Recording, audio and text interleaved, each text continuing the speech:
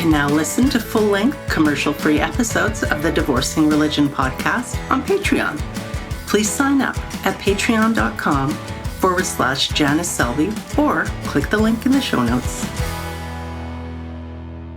Hi, everyone. Welcome back to the Divorcing Religion podcast.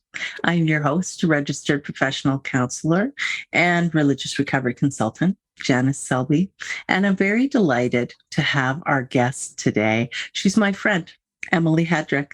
In addition to having her M.Div, Emily Hedrick is a certified trauma support specialist, a certified forward-facing coaching practitioner, and a religious trauma-informed spirituality coach. Deconstructing since age 17, Emily roamed religious circles as an atheist for over a decade, 4 of those years as a pastor. I really want to hear more about that. Godless since 2020. Emily enjoys connecting people with others who understand and empathize with experiences of religious harm. Emily also joined us earlier this year as a speaker at the Conference on Religious Trauma. Welcome, Emily. Thank you. We got to know each other through a mutual friend and colleague, Dr. Marlene Winnell. Mm-hmm. And that was a few years ago. And you have been so helpful with me at different times when I was trying to figure out technology. So I remain grateful to you. Yeah. Yeah. And I think people would be interested in knowing a little bit about your own religious background. Yeah. Well, I've always felt slightly connected to you, Janice, because we have it somewhat similar, but totally different. Similar in name. I grew up Mennonite in a fundamentalist evangelical version of Mennonites that was actually, if you compare to a lot of more conservative Mennonites, think dress code, electricity standards, that kind of thing. We were not that. So it would have been, the denomination is called Mennonite Church USA. Mm-hmm. And they are, I would describe them as evangelical, but with a very large spectrum from conservative to progressive theology. Oh. And a very fascinating bait and switch situation for everyone because of that spectrum. Yeah. And you were raised in that. Your parents brought you into that. Yeah. And what was interesting about that too, is that, so I grew up in a very heavily Mennonite area in Pennsylvania, not Lancaster. It's further east. There are other places. Yeah. Yeah, I know, right? Yeah. So I grew up in what within the denominational system we would call Franconia Conference. They have changed. They're now Mosaic Conference, but I grew up in Franconia Conference, and it was a bit more conservative leaning. The schooling that I went through Mennonite private schooling, was very evangelical in nature, but enough that it wasn't totally insular. Like, we did watch the documentary on how the flood could describe how the continents separated over evolution. Oh. But we also were taught evolution too. So it was a topic for debate. Mm-hmm. Interesting. So I'm in this very strange place of, like, I grew up in a very fundamentalist setting that also had these other avenues to go down where there were more options. And yet there was this underlying norm, because fundamentalism just as an idea is so, it takes over things because it's that or nothing. And so it kind of had this underlying foundation, but at the same time, there were avenues for escape while still being acceptable. Yeah. Were your parents fundamentalist? No, and yes. Oh, it's so complicated, Janice. So I would say ultimately, no. We went to a church plant, actually, from one of the bigger Mennonite churches in the area. Mm-hmm. And traditionally in that area, there was a lot more 4-part hymn singing and less of the contemporary Christian music boom that was coming up through the 90s. But this particular church I grew up in was supposedly a church plant. And there is a part of me that thinks they just wanted to start a different church that could do contemporary Christian music. So I grew up with a band Like the music style was very similar to a lot of non-denominational evangelical experiences people would have. But technically they were Mennonite, but also they kind of had a James Dobson thing going on. Oh, yeah. And so the way that my parents approached all of that was they understood more of the Anabaptist history of what it meant to be Mennonite. They had an understanding that, like, back in the Protestant Reformation, Anabaptists, which are the ones I would say they would, Anabaptists are the umbrella that covers Amish and Mennonites. So there's this background beforehand. But anyway, Anabaptists were the radical left of the Reformation. So I had that understanding, and we kind of saw ourselves in the church that we were in as almost like missional to get them to stop being so fundamentalist. It was a very, it was a very weird upbringing. So yeah, while the church at large that we were in didn't believe women could be in ministry, my mother was the one who taught me how to exegete scripture in such a way that there were more options. Wow. Wow, that is really different. Yeah. And so then what, you had more options available to you, so it wasn't quite as like fundamentalist and cloistered and insular. And yet you still at some point must have decided you wanted out. It wasn't working for you. Yeah.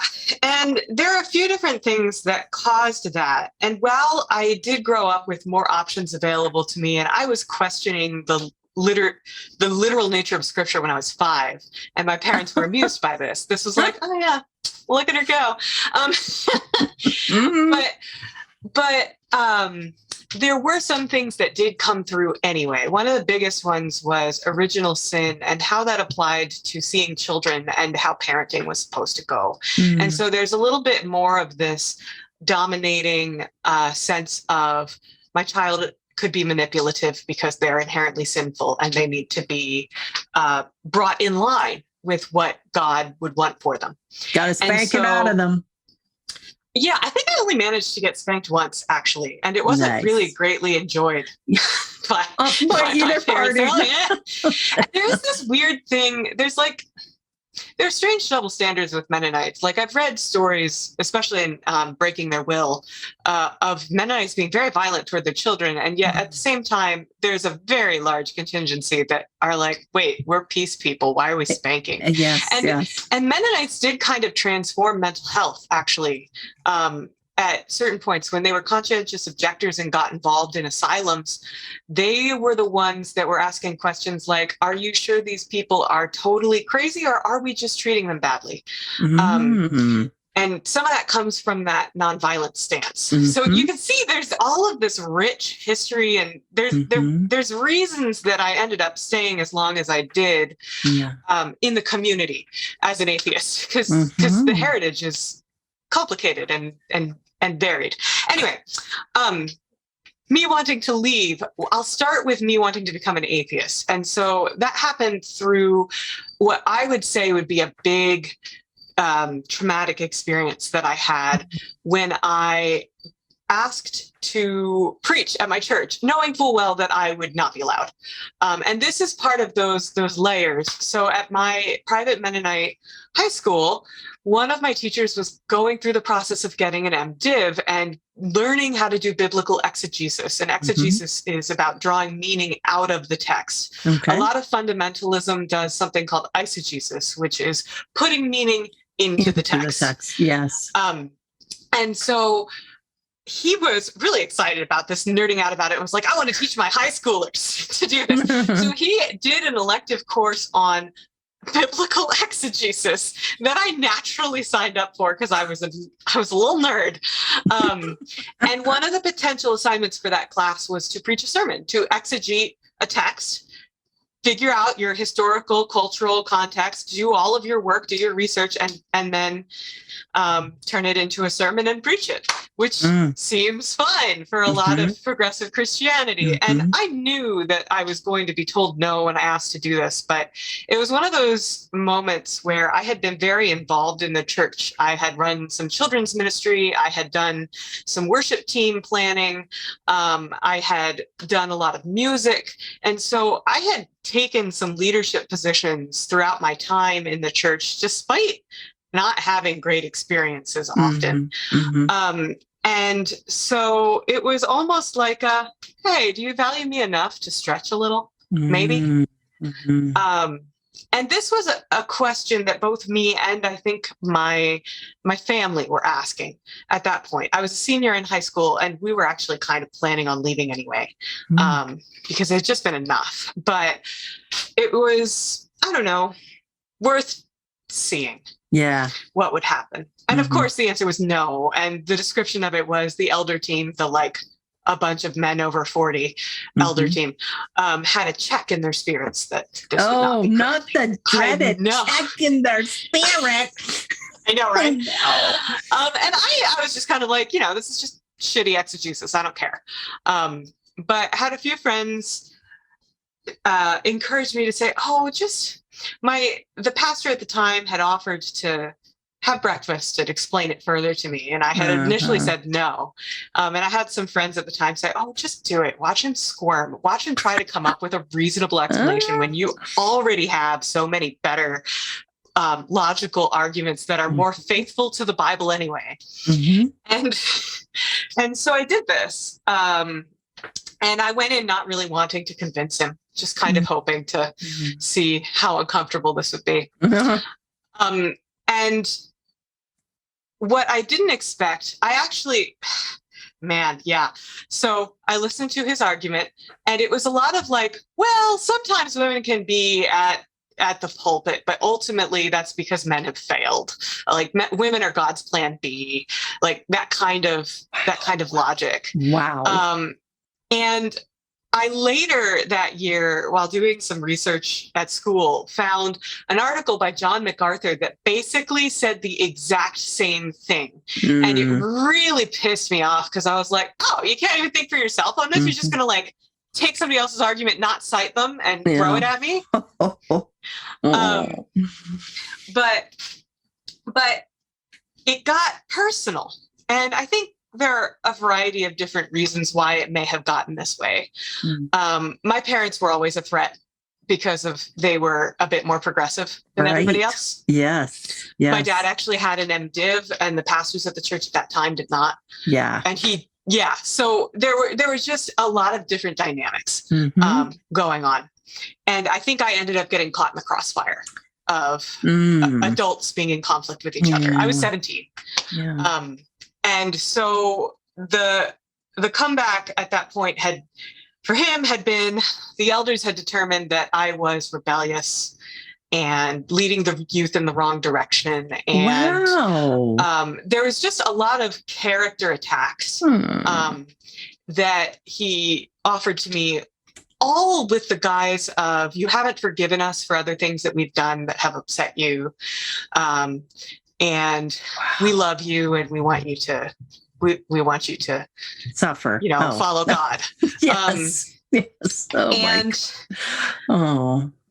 it was couched in religious language, and because I was used to this idea of being inherently sinful, I didn't trust myself in the moment and went with what he said. Because plus, you were only 17 years old. Oh, right. Just a teenager. So in that moment, then I kind of, this weird thing happened in my body where I felt split. I burst into tears and was really upset. And initially it was because I thought I had failed a church that I loved so much. I really did care about them. And I put a lot of time and effort into trying to be helpful, despite the rebellious nature of that help, because I was being a little bit too leaderly. But at a certain point, I determined that we had done some good work in our conversation and had experienced reconciliation. And I told him that I was leaving, and that that was maybe good for us, and that this was a bad fit anyway. And I ended up leaving, and I could not get my body to stop sobbing. Oh. And at the same time, my mind was like, everything's fine. I don't understand. Everything's fine. That went well. And so I ended up not being able to go into school at the right time. We had this breakfast conversation before school on a school day. And I remember sitting in the car in the parking lot just thinking, why can't I stop? I need to get myself together. I need to go to school. And I called my mom and talked it through. And eventually she talked me down and I felt a little bit more stable. Yeah. And I ended up going into, we had block periods that day. It was a Thursday. And we had choir. And my choir director, dear man, one of the more progressive Christians in my life, he at one point was like, I think you might be more of a mystic. And he pulled out a song called You Are Not Alone and had our choir sing it together and just said, you know, at the faculty staff meeting that morning, they had named a few students that they know had a lot on their plates that were doing a lot in leadership positions in the school, and they were praying for them as a sign of support. And I had this gut instinct of, I was one of those students that they were thinking about, and realizing that this was happening in the same moment as this conversation with my pastor. The contrast was just, oh, wow. And the first thought that came to my mind was, I think I might have just been abused. And then after that, when I accepted it, I think that conversation was abusive. I think he got me to think things that are not true about myself because he used religious language. And I think that's not okay. That was when things shattered. That was when the overwhelm came, because I realized that with the right words, because I cared so much about God and spirituality and religion, he could take my perception of everything, including myself, and change it. And I didn't even know. And so I know with trauma, there's this sense of shattered assumptions that happen when people go through something overwhelming. And most of the time, what we're used to is, when talking about trauma, is something that's close to death, that it's learning that I'm mortal. But in that moment, it wasn't physical death for me. It was, somebody can steal my identity. Somebody can steal my essence of who I am. Somebody can steal my perception of the world and just mold it to whatever's convenient for them. And it was terrifying to have that realization. And I did not feel safe for quite some time after that. And I think what made it particularly scary was that I knew that this guy, even though he was being a bit of an asshole at the time, I knew he believed that he was being loving, that he meant well, and that he was a good man in my experiences of him. I grew up with him. I spent time with his daughter growing up. Like he wasn't just some random religious authority. Right. And and so not only did I discover how vulnerable I was to people taking my identity and my understanding of self from me, but also people could do that without knowing they were doing it and while intending good things. And that was just a very traumatic worldview to walk around with, because even the people who were being kind and loving and seemingly trustworthy were dangerous, and they didn't even know it. Wow. That's for a 17-year-old to come to those conclusions. Wow, that really does rock your world. Yeah, I was very, very scared for quite some time. And the way that morphed is that my family and people close to me, and I was surrounded by a lot of progressive Christians. And so to them, this was a theology issue of, well, this church was dumb. They're being fundamentalists. Obviously, you can be a pastor if you want to. It doesn't matter what genitals you have. Right. And And so there was not as much of a, hey, you don't have to stay in this, as it was a fight back. And part of fighting back was claiming a God that was better than what was presented. Sure. And saying, like, this God this person is subscribing to is not what you have. Mm-hmm. And because of that original sin stuff, of this deep inherent body belief, at least, that I was inherently sinful and couldn't trust myself, I took a lot of that to mean that the grief and the fear I was experiencing was not okay, and that I needed to be feeling God's love more often, and that I needed to, and that the natural emotional processing was keeping me from having the relationship with God I needed in order to fight back. Mm. And over time, I think that developed a little bit into, I don't think that I'd be full on clinical scrupulosity. Right. Not a therapist, can't diagnose, but I could be, I already had the tendencies to be very like, it needs to be this way. If it's not this way, I'm not okay. Yep. And so by the time that I got into college, I would go into worship services. They were mandatory, sort of. And think, this is my new opportunity. It's not the church I grew up in. They're more progressive. I need to be okay. This is how I can get my relationship with God to be better. But instead, I was scared and angry and sad, and it would spiral. And I would freak myself out and be like, you are in the way. You can't be doing this. You're supposed to be having a better relationship with God.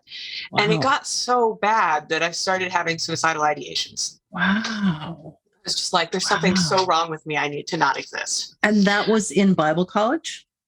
Not Bible college, just college. Okay. I went to a liberal arts college. And initially I was studying music education. But because of my experiences, ended up studying Bible and religion because I wanted more answers. I wanted to understand. Sure. Yeah. How did all this happen? Wow. And so I did have enough people in my life telling me that God was loving, that I was able to get to a point where I said, well, if God really truly loves me, God doesn't want me to think about killing myself on the regular because I'm worried about our relationship. God would be okay if I stopped believing completely in order to be healthy. Wow. Which, as I've told this story to other people in the religious trauma world, they've been like, wait, you actually believe that God would be okay with this? Like, you must have had a much better situation than I did. Yeah. And I think that's probably worth crediting a lot of the progressive Christianity I was surrounded by. That there is a lot of emphasis on God ultimately being loving. Yes. And that meaning that your life is going to be better and not worse. For being in that relationship. Okay. So anyway, I came to that conclusion. I said goodbye to God, and I worked on, at the time I had gotten into therapy for the first time. We were doing CBT. She gave me worksheets on cognitive restructuring, and I was like, well, I'm applying this to my belief in God. Nice. And so I ended up it took about 6 months, and it was a very conscious effort to say, I am choosing to be an atheist. I have a very strong belief in God, but I am going to get myself into alternative mental patterns until I don't believe anymore. And so it was it was noticing all of the little things that had become habits in my life from growing up in religion and kind of giving myself alternatives. So every time I went to pray, saying to myself, it's okay to name what you wish would be true, but nobody can hear you. And those kinds of, I had different vocabulary for each of the different religious experiences that I would engage with, and until it just became normal. So did your parents know what was going on? A little bit. I had the most conversation with my sister. She was very concerned in the beginning. She has since, all of them, my sister and my parents, have now come to a place where we're like, nah, she's got this. She's figuring out what's best for her, which is great. My sister is a pastor now, and my dad has been a chaplain for most of his career. And my dad's big thing when I was initially deconstructing this way was, well, tell me about the God you don't believe in. I bet I don't believe in him either. And and he also gave me some really helpful articles from his chaplaincy and pastoral care techniques and things. So they were very supportive in the ways that they could be. Wow. And continue to be so. Yeah. I still have very frank conversations with my dad about what's going on now, even as he does chaplaincy. Yeah. And that's part of being a chaplain too. You learn how to do that. So then how did you end up becoming a pastor? Because you did become a pastor at some point, and you didn't believe in God for a number of those years. Wow. So right after I successfully stopped believing in God, I got a call from a pastor in the area I grew up in, and she was looking for, well, number one, she was a she. Number two, she was looking, and this was the new church my parents started attending once I went off to college. Okay. And they were looking for someone that could bridge the gap between the contemporary worship style and the 4-part hymn singing that was both housed in their very big Mennonite church. And I was like, well, that actually sounds like fun. I didn't have a plan for the summer. I didn't have work. And I was like, yeah, I don't believe in God, but I'm doing this. And so I took the internship, and it was mainly music based, but I was very frank with her from day one. Wow. Hey, I don't believe in God, just so you know. And she was like, okay, maybe you want to do spiritual direction. Oh my gosh. Yeah, I know. It's a very different, the progressive Christian world is very, very different than fundamentalism. And I will say like that, and this is also the weirdness of Mennonite Church USA. There are people like her there, and there are people like the church I grew up in. They're both Mennonite, and they're both in the same denomination, and it is very confusing. So I had a few different experiences. The first time I went to pray with the worship team, and this is what's also fascinating. The way that I did atheism was very personal. I was just like, listen, when I believe in God, I want to kill myself, but I don't necessarily assume that that's going to be the case for everybody. And so I wasn't on a crusade to turn everyone into atheists. Right. In the beginning, I was a little bit in order to feel safe. I do remember a very angry phase in which I told my mother I thought that God was evil. And it really, for someone that believes in a loving God, it's not. And also to hear your own child say that about their experiences is just like really jarring. And I was trying to get people to come along with me for that ride. And I eventually realized this is my journey. There are some people that will be able to hear it, and there are some people that will not.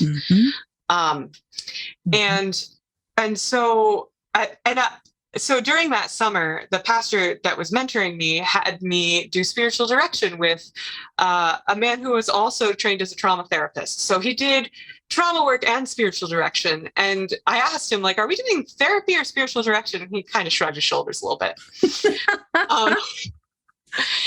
And so we talked through safety, and we talked through one of the things that was really revealing to me. He talked about the sense of control in different situations. And he said, it's good that you're doing this internship because it gives you more control over the worship space, and that can make it safer for you. And so I had a really meaningful time learning how to navigate that space with him and figuring, and he was fine with all of my and I remember my dad at one point telling me his approach to the whole thing was, oh, well, I don't need to be directly involved in your process. I know that he's taking good care of you. And it was just this really lovely acknowledgement of me becoming an adult. At this point, I was 19. So I did preach a sermon by the end of that. Nice. And it was very powerful and meaningful for me to be able to do that. And at the time, I would have said I had a spiritual experience in preparing it because I was alone. My spiritual experiences happen alone for a lot of it. Things have changed since then. But anyway, so that's how I got into pastoring, sort of. That was just in college. After that, there are a few other things that occurred. I went to visit an island in Scotland and spent a summer there, kind of on a search to, initially when I chose to become an atheist, I had this understanding that when I got stronger and felt like I could stand up for myself better, I would start believing in God again. Oh. And I kept asking myself, even during the internship, Emily, are you ready to believe in God again yet? Are you ready to believe in God again yet? And my answer was always no, nope, still not ready. And eventually I just stopped asking, and realized that it was okay. As I did that internship, I had a lot of different moments with Christians who just automatically assumed that I believed in God because of my role. And so I learned, oh, you don't have to profess anything. Like, this is all about roles and practices, and the beliefs are not as big of a deal as people think they are. And that the practices have functions beyond just being manipulative. One of the things I realized while leading a prayer for a worship team practice was this helps set space. It says, we're beginning our practice now. These are the things we're centering on now. And now we begin together to work together. And it's really actually a nice way to do things. And some people use God language for that. Right. Yes. Yes. So it was a nice corrective experience of learning that not everybody was out there to manipulate me in religious spaces. But also, yeah, it gets complicated. So yes, I spent some time on an island that was very healing. I kind of recovered a sort of sense of spirituality that was a little bit more land-based, nature-based. And then I came back and finished my Bible and religion degree and my music degree. And basically, if you want to call it this, laid out a fleece and said, fine, if I want to get an M.Div and need to be a pastor, then somebody else is going to have to pay for it. And so I worked really hard to get a full ride and stipend to grad school. And I was able to do that. And so I was like, okay, guess this means I'm doing this. So what I learned during grad school was so fun. It was very progressive, very liberal. And I enjoyed being in a space with other learners from other backgrounds that didn't assume I was going to believe the same things as they were. I was the only Mennonite there, which was a new experience for me. And it was, I had to keep telling myself over and over again, assume everybody you encounter has a close friend or loved one in the military at some point. Like, don't be so crass about your peace talk, which was really fascinating. Right. Which was really fascinating to go through. Because, of course, Mennonites typically don't have anything to do with the military. Well, yes, on paper, yes. Yes, okay. So grad school was a lot of fun. But the big thing that happened for me there that made me continue to want to be a pastor, initially I thought I was going to go for a PhD in theology or something. Wow. But what made me want to become a pastor was being involved in the worship planning team. And it was fascinating because we were planning worship services for an ecumenical school. And so there was no one style that was right. It was, we want to get as much diversity in here as we can. Yeah. And then in addition to that, we had very reflective conversations about what was working and what wasn't working. And ultimately, it felt like creating art with people to me. Nice. Okay. That in a worship service, you have time and space as your canvas, and you get to figure out, how can I tell a true story about what these people are experiencing in this group, in this community, and how that interacts with this ancient text we've decided to work with. And that was beautiful work, and I loved it. And I was also like, well, the only place that people do this kind of thing is in worship in churches. So I guess if I want to do liturgical design, I need to be a pastor. So that's so different than thinking of it in manipulative terms. Because I came away from a lot of my time being, leading in worship services, that feeling, looking back on it, that there was some manipulation that was going on there. I've never heard it in the terms that you're using, kind of more of an artistic lens there.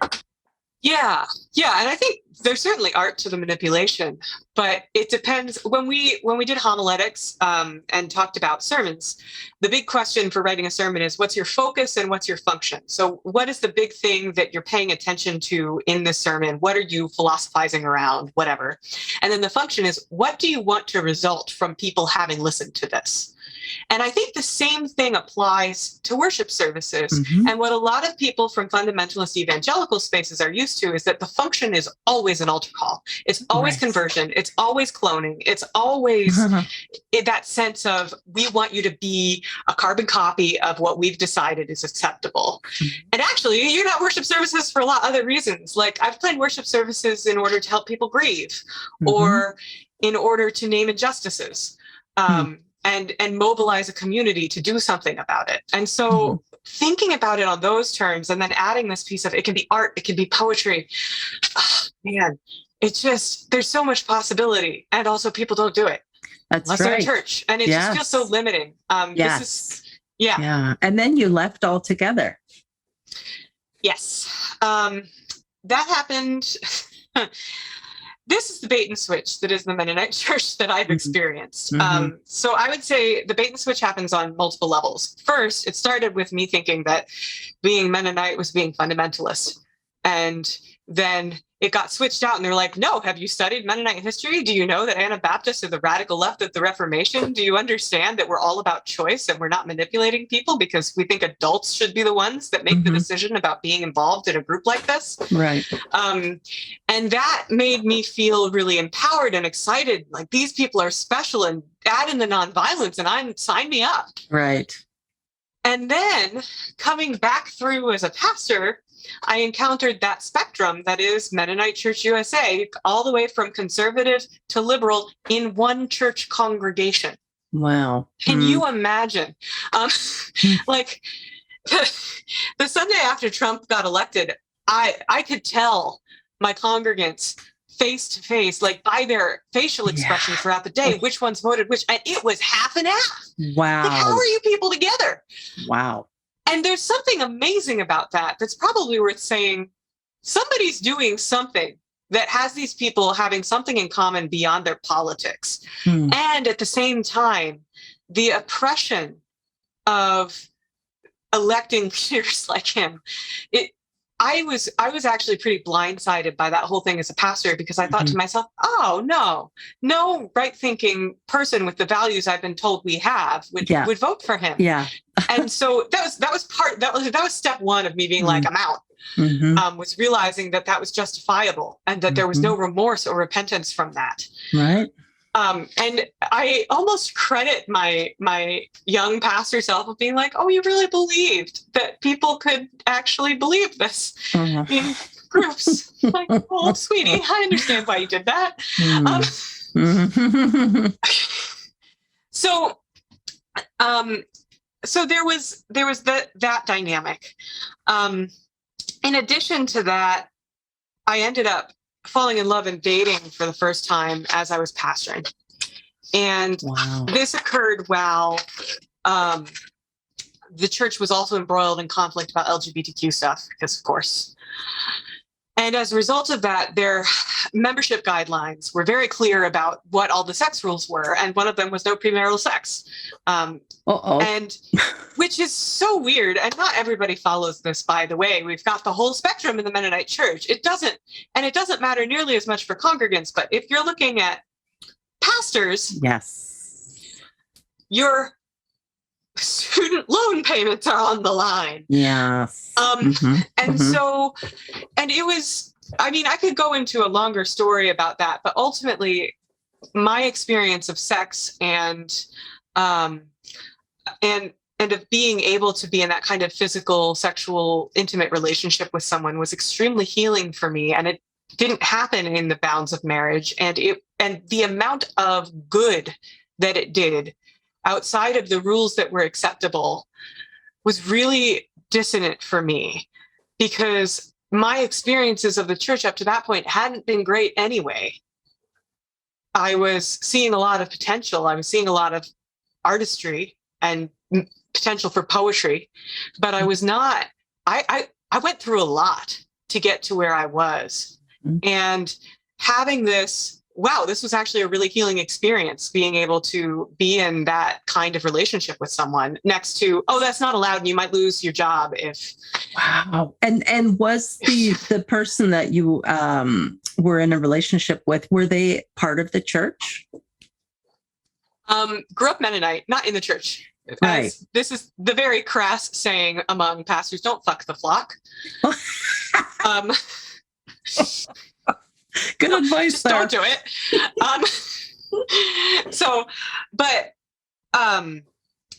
He had grown up Mennonite, so that like the ethnic bit is still there. And I think we did get married so I could keep my job, and then I burnt out and left. Long story.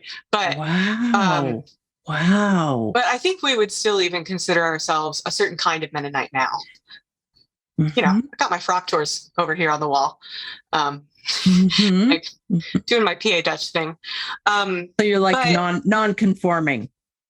Yeah, well, non-practicing of the religious aspect of it. Mennonites are really confusing, as I'm sure you know, because there are ethnic pieces to it. Yes. And at the same time, there's like a whole bunch of Mennonites, especially in MCUSA, they're all like, no, don't do the ethnic Mennonite thing. We're missional. We invite other people in. It's a choice to be a Mennonite. You can't be born Mennonite. Right. And it all makes sense.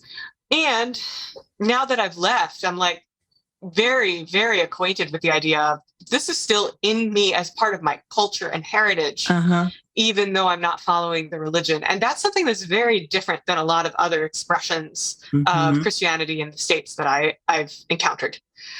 Wow. And something I'm wondering about. So you had the early on interactions with someone who actually was a trauma therapist. And I know then you've done lots of additional training on your own with forward facing work and Eric Gentry and understanding about the body. And you mentioned how important that was to you, that first terrible circumstance that happened and you felt it in your body and you couldn't stop weeping and sobbing about it.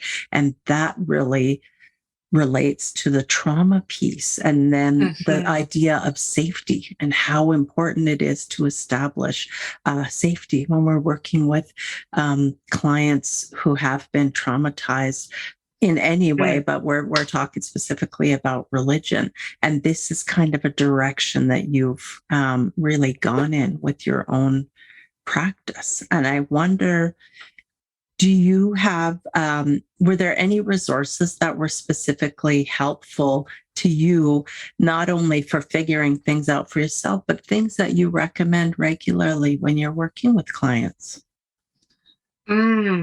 Well, forward-facing specifically is the process of using acute relaxation paired with intentionality as a way to resolve trauma in everyday life without needing to go back and relive memories.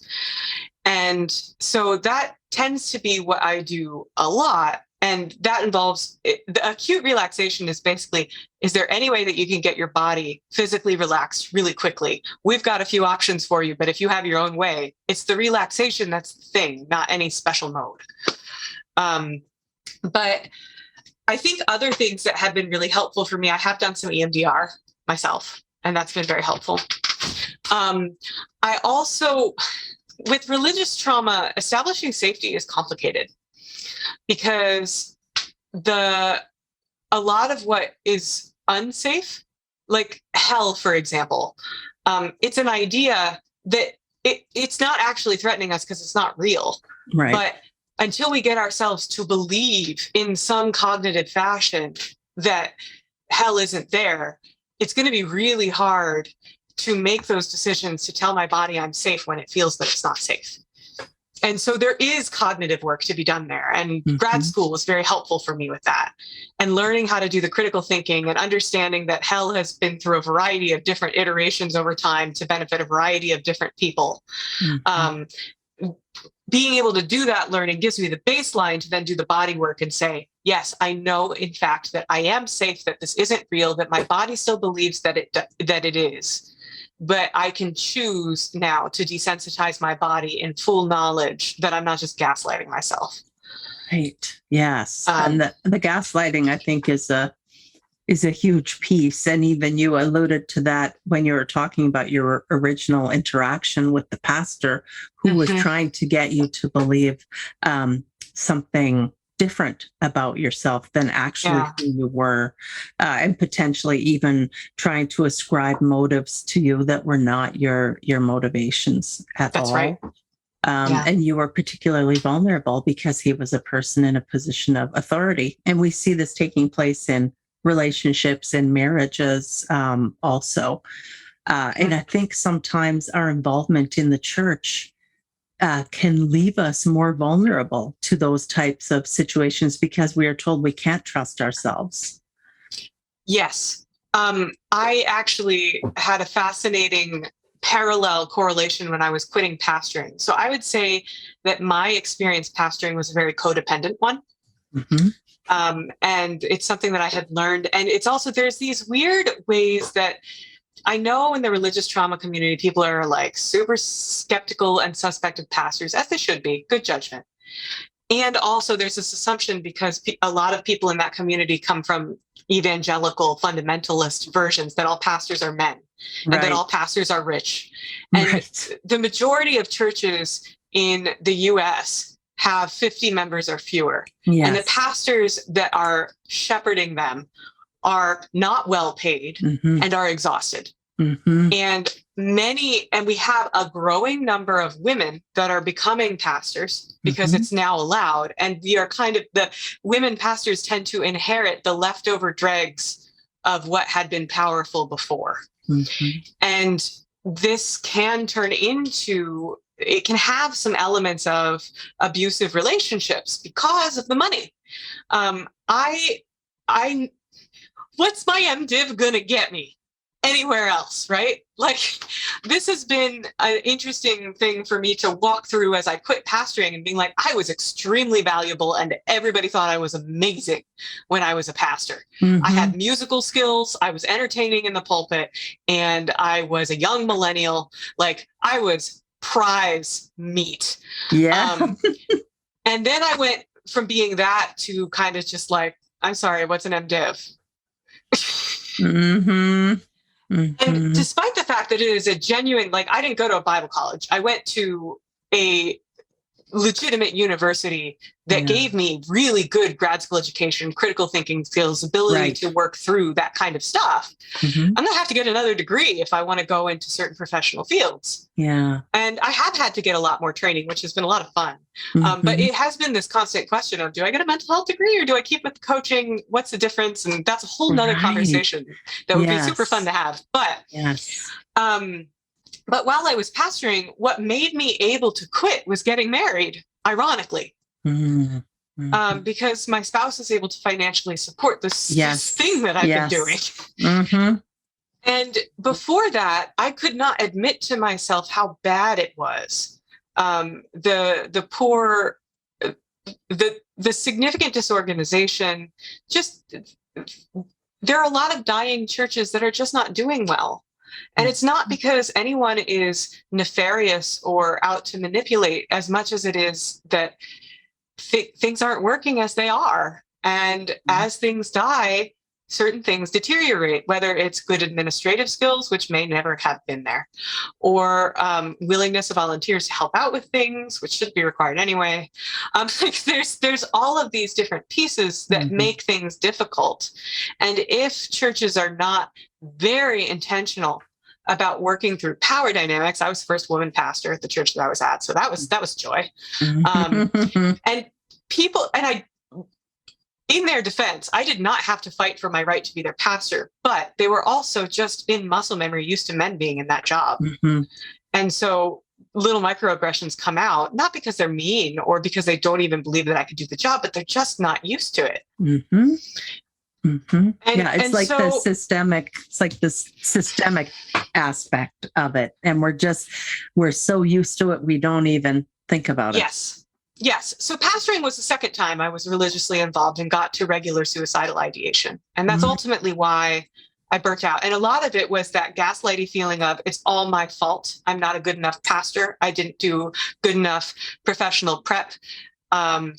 I am being too self-absorbed about this. All of these different things coming through, or, I knew when I signed up for this that purity culture was part of it, and I still made that choice as an adult to do it. So why am I being so mad about the fact that I'm breaking their rules?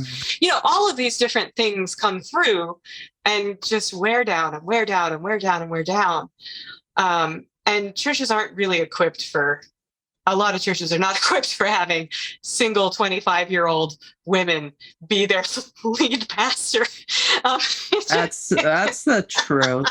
That's the truth. And I had no mentors in that. So yeah, it made it difficult. Can we talk a little bit about purity culture? Because we've got the online Shameless Sexuality Life After Purity Culture Conference is happening in October, in just over a month from now. And yeah, this is something that did relate to you and how you were doing in your church, and you allowed yourself to explore love and get into a relationship, an intimate relationship with someone when you were not married yet. Yeah. So that, and you were a pastor. Like I just can't even imagine the pressure there of, oh my God, what if somebody finds out, we're going to be found out. And you were able to give yourself permission to just keep exploring that relationship and let it be what it would be, while also having to stand up in front of these people who would, very quickly have you replaced if they found out that you were engaging in that kind of activity. We speculate. There's actually a part of me that almost regrets not just going forward with my life and saying, let's move in together and see what happens. Yes. Because maybe we could have some good conversations as a church about sex ethics. Yeah. But yes, there were. So I'll say the process for that was, I knew my timing was off. Like if I had started this relationship in grad school, I would have had no trouble engaging sexually with no guilt at all, because in that setting, I was not accountable to anyone and any rules, whether or not I believed in those rules. And that is the weird thing. I don't know if you experienced this as a Mennonite or not, but there's what they taught me in my Mennonite Bible and religion education in college was this word Gelassenheit, yieldedness. This idea that you yield to the community. And it is part of being in relationship with a group in that way. And I imagine that at different times in human history, that has been necessary to survive, that the group works together. And there are still times when that is, in the appropriate context, something that makes a lot of sense. So when pastoring, there are these questions about, okay, what do I just, where is my boundary between this is how I'm doing me and I don't care if it fits, and I am in this community and in service to this community. I've chosen that. And as a result, I will do things that I don't necessarily, that aren't convenient. And so a few things happened in order for me to make the decision. The first was that I ended up doing a biblical study. I had never actually tried to figure out what the Bible said about premarital sex. It doesn't say anything. When I did my studies on LGBTQ stuff related to scripture, the big thing that came through was, one, homosexual was not a word that was in the Bible until the 50s. It's all about translations. But the other thing, and by 50s, I mean 1950s, maybe. Right. But the other thing is that, also fact check me on that. That might not be right. But the other thing that came up for me was there are so many different forms of family represented in the entirety of the Bible. And to say that the nuclear family invented in the 50s or Victorian era or whatever is the right one is some of the worst eisegesis I've ever seen. But I never thought about the actual premarital sex thing. So the big thing that came through to me as I was reading, I tended more toward New Testament, trying to figure out what was being said. And the big word was porneia. And it basically means illicit sex, which is a subjective term that really you should apply culturally. And there's so much we don't know about what illicit sex even means. To me, I think this is more about hey, don't fuck the flock, and other kinds of abusive sexual relationships than it is about premarital ones. Now, I also recognize that in certain patriarchal societies, it's really disadvantageous for women to get caught in those kinds of relationships because of the role they play, and that in order to be safe and secure financially, like, you know, we're getting into Victorian era stuff, but also women were property for quite some time. And so, yeah, there's some strategy to that. But when it comes down to the 21st century and trying to be faithful to scripture, there's not much said. Mm-hmm. Mm-hmm. So I decided to go there first because of my role as a pastor. I wouldn't have needed to do that if I wasn't a pastor, but I was like, you know what, let's go for a scriptural basis. And now as I say this, I almost regret not just going for it, because I've done my work. Mm-hmm. Mm-hmm. Wow. Your story is so interesting and so refreshing, because we know that so many people who were religious and then they are no longer religious, they can quite easily get stuck in being very angry. And I get it, anger is a legitimate part of grief. There were many years that were, stolen from us essentially, but you just exude this peace and contentment with how your life has rolled out and where you're at now. You just seem, you're not a pastor, but I gotta say, you are very pastoral. You just are so gentle and delightful. And I feel like your clients are really lucky to have you. And lately you've even been adding another dimension to your work relating to compassion fatigue. Is that right? Yes, that's right.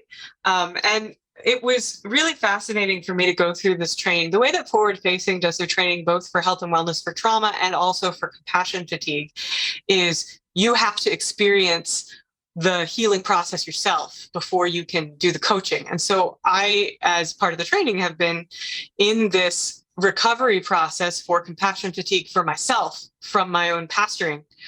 And I didn't realize, for the longest time when I left, I thought it was all religious trauma.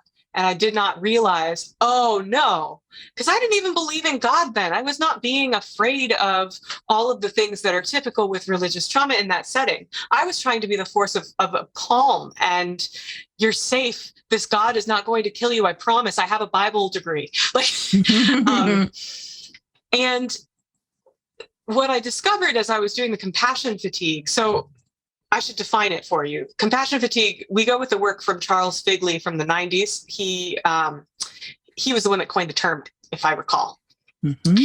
And it has two parts. One is burnout itself, and that's coming from perceived demand outweighing perceived resources. The other is secondary traumatic stress. And what became clear to me was, as we train to be pastors, and this is also true in chaplaincy, it doesn't matter what I believe as much as believing that other people believe what they believe, if that makes sense. So if someone tells me that the God they're experiencing is abusive, I'm going to believe them. Right. And so every time that I had a congregant, we had one congregant who thought that the church was going to get struck by lightning if we married a same-sex couple. Wow. That is a moment where I could experience secondary traumatic stress. I don't believe in it, but somebody else does. And how painful is that? How painful is it to witness every person that believes in some violent fundamentalist way of God relating to humans, and how terrifying if God is all powerful and is this abusive, and to be witnessing that over and over again in different congregants and different stories, whatever it happens to be, whether it's an abusive God or demons or whatever, paired with love, because it always is. And then in addition to that, the church is dying. At least the white Western church of the US is dying. And that is tragic for a lot of people. It's creating a lot of loneliness, and it's creating a lot of frantic panic, and also this sense of, I've put my entire life work into this church thing, and it's not yielding any results. The young people that were supposed to come and take on my role aren't. And I'm too tired to keep doing this. And that's also exhausting and tragic and painful. And to be a witness to that as well can be secondary traumatic stress. And so I've learned a bit more. Oh, and the other thing with that then too is also witnessing all of the pastors. Because let me tell you, I had a pastor peer group the Wednesday after the election, and sitting in that room with all of us just devastated and confused as to how our congregations could betray us in this way. It was and in broken systems, Mennonites have their own special problems and are continuing to perpetuate systems of oppression just by habit. And pastors experience that. So every story I hear from another woman pastor who's had to deal with shit from a congregation, secondary traumatic stress, it continues to build until my own sense of the world has been so depleted. And so that's helped me to understand that there was more going on in my story for healing with that too. But compassion fatigue is something that I think a lot of us are experiencing right now, regardless of profession, and even in professions not traditionally associated with that kind of thing. Basically, if you're interacting with humans, there's potential for secondary traumatic stress. Or watching the news every day. Yes. Yeah, actually, that is a source of secondary traumatic stress. So you're working now also with people who are wanting to recover from that. So does that mean you're working more with first responders, or are you still working more with people who've come out of ministry positions? It's a mix. Really, anybody that wants to work on it is eligible to do it. As I said, there's a really broad span of humans that could experience this. And even a lot of it has to do with, like, the program itself describes professional resilience. We're moving toward professional resilience. But one of the things I've learned from working with all of the people in my cohort in the training is that compassion fatigue can happen in the not as public spaces too. Taking care of a loved one over a long period of time. They're just a lot of different, or even parenting tends to be a bit more burnout, but depending on what your kids are dealing with, there is plenty of opportunity for secondary traumatic stress. Wow, fascinating. You've really run the gamut. It's just very interesting, all the elements of your story. And I'm really glad that you shared it with me and shared it with us on the Divorcing Religion podcast. How can people get a hold of you? My website is emilyhedrickcoachingandconsulting.com, and you can find me on social places at Emily Hedrick CC. Okay. All right. And Hedrick is Hedrick. That's right. No N's, no S's. Okay, perfect. Well, thanks again for joining us. It was just a real delight catching up with you today, and I hope our paths cross again soon. Thank you, Janice, and thank you for the conversation. You're welcome. Take care, everyone.